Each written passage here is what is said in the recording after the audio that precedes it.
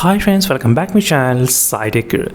In this video I'm going to do the GeekBench Mark 5 test on the Realme GT 2 device on the day 1 after quick unboxing. Yes friends, just a couple of hours back I did do the unboxing of the Realme GT 2 device, and this is the 8GB and 128GB variant which I'm trying to use in this video for the demonstration. And let's see friends what will be the overall Geek benchmark scores we can actually expect in this Snapdragon 888 processor.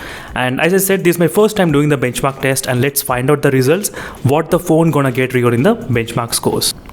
Let's run the test, and single core and the multi-core we'll try to check exactly friends. And don't worry, I'll try to definitely compare with the iQOO and SE as well. So right now I do have the iQOO and SE, and a lot of users are actually interested in this comparison videos as well with the iQOO and SE smartphone, and definitely upload the video as soon as possible. Right now this is a percentage which is going on. Again, I'll be back after some time.